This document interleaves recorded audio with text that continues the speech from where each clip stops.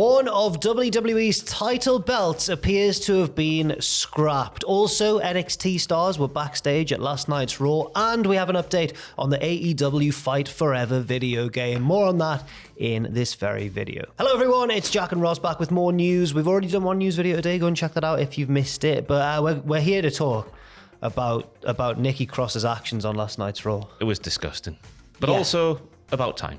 Bayley basically recruits Nikki Cross to become part of Damage Control, and then she's like, don't hold anything back for War Games, because obviously Nikki Cross is now involved in War Games because Damage Control are going to take on Bianca Belair, Alexa Bliss, and Asuka. But she's like, just go out there, take the 24/7 championship, don't hold anything back, just absolutely obliterate Dana Brooke. That's basically what Nikki Cross does, and then she goes backstage and she's in some sort of weird trance, but not like a... It's like an old school Nikki Cross, the old Nikki Cross, but with a new flavour. It's like the old, the popping candy. What was that called back in the day with the lollipop?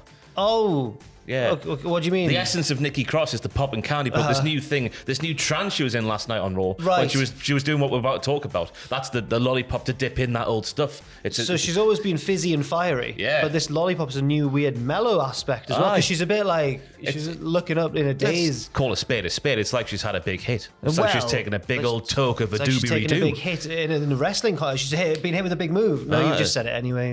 Big old spliff. But she's walking backstage, she's looking up at the stars, she's like, happy. All this sort of stuff. And then she just gets the 24/7 title and she tries to put it in the bin, but not even that goes right. But I think that's quite fitting for the 24/7 title. That belt wasn't even good enough to make it to the bin. Just sort of flops down on the floor next to the bin, and Bayley just sort of looks at it disgustingly so, and it's quite nice. Well, I saw Big Damo's tweet before I even saw this scene happen, and he just put, well, she never played basketball, so I was expecting her to be like the bin to be quite far away and her to like try and like, yeah, but instead the bin, it could not be closer. Like she like hugs the belt onto the bin and then it just falls down. I think it was nice. She didn't even care to put it in the bin. Like that's how disregarded the titles being. It's just on the floor in the arena now. Still, maybe get yourself backstage, might get yourself a freebie, bit of history.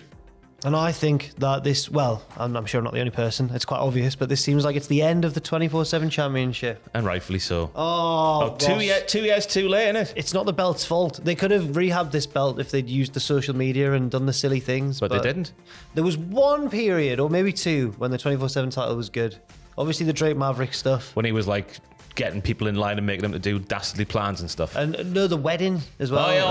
When he actually held the thing. And also, I really liked when they were flying over to Saudi Arabia and they were pinning each other on the plane and on the tarmac and on the golf course. Yeah. But since then, it just became like roll-ups every week. 24/7 title rules have been suspended for this period of time. How can 24/7... Anyway, I'm glad it's over. You know, things just, they go past their sell-by date, don't they? And this one was one of those examples. Yes, our truth will go down in history, assuming the belt has indeed been retired, as the most successful 24/7 champion of all time, with 53 reigns. Big ups to Santa Claus as well, because Santa Claus won it as well, didn't he? And big ups to... I'm trying to think of another obscure one. There was many. Check out the Wikipedia list of 24/7 champions. It makes for entertaining reading. Also, we had a couple of NXT Superstars, a topic very close to mine and Ross's heart, NXT. Backstage at Raw last night. Which of our favourite group of gals and guys was there? Wendy Chu? Oh! What do you mean? I hate Wendy Chu. The whimsical Wendy Chu. She beats all my favourites. She beat my favourite last night because she toppled Tamina. Oh my God, she actually beat your favourite. Tamina doing a solid for the business there, putting her good for her career secondary to the whimsical Wendy Chu. And also for some strange reason, because it's this guy at NXT, right, just in case you don't watch, he calls himself the X Factor. He walks around Bertie Big Bollocks backstage. He's got a big menacing look. He's like Ken Shamrock, but like someone stuck a balloon pump up his arse. But also like more handsome as well. He's really got a great look for the business. But then he starts wrestling and he loses every match. Right? He loses every match. He's rubbish. His name is Zion Quinn, and he was competing on Main Event this week where he defeated Akira Tozawa. So it's trouble in paradise for Tozawa and Tamina. I think they're still married. Oh, yeah? Oh, wow.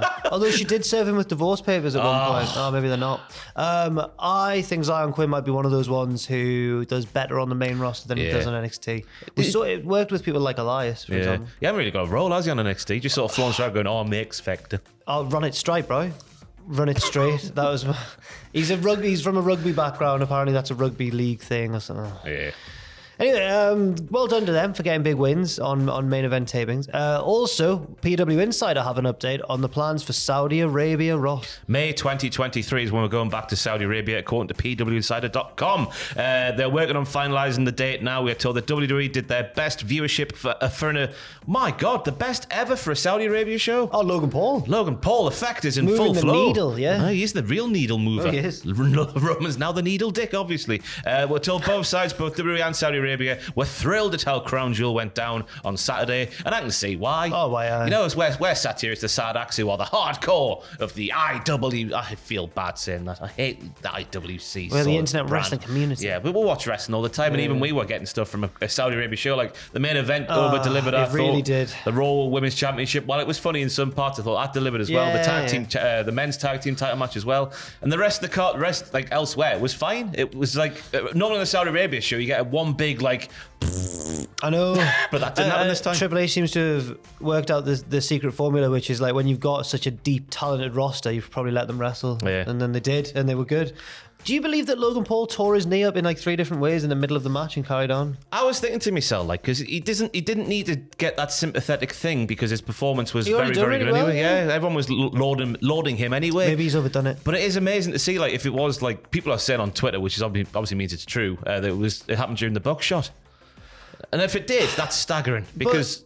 He did that massive suicide dive later on to save his brother. To save his brother. I think I saw on Reddit it was like the same injury Seth Rollins did back in 2015 on the same date that Rollins did that injury. You know, he's got Kane in the corner doing the thing on the live on the house show, and Rollins obviously had to give up, and Logan Logan Paul know. is better. I don't know.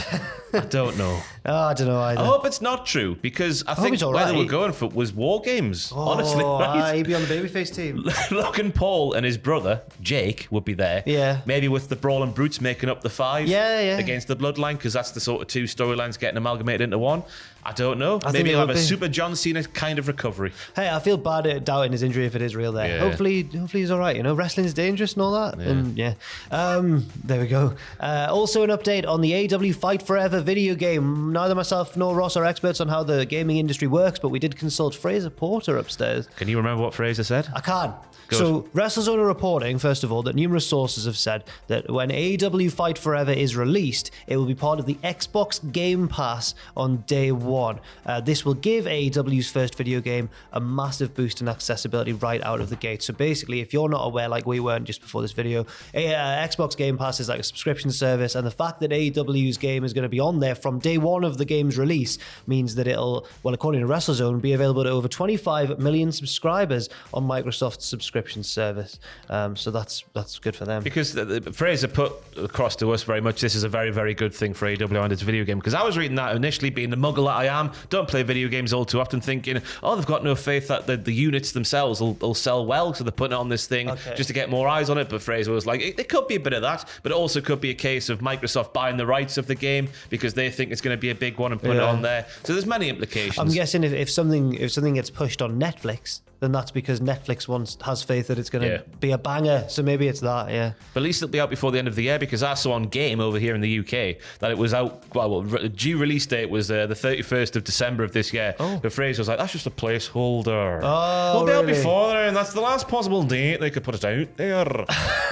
You said it exactly like that. Yeah. That's all we have for you in terms of the news, but do, as I say, check out our earlier news video if you want more juicy wrestling news. There's a lot of stuff in there about what happened on last night's Raw. It was an eventful one, and thank you very much for watching this video as well. Be sure to leave your thoughts and opinions in the comment section down below, and thank you very much for watching. I've been Ross. No, I was on a Raw as well. I was on a Raw. I felt like I was doing really well. Was Ross. I'm Jack. This is Ross, and we'll see you very soon. You all wish you were me, don't you? No, you don't. That's terrible.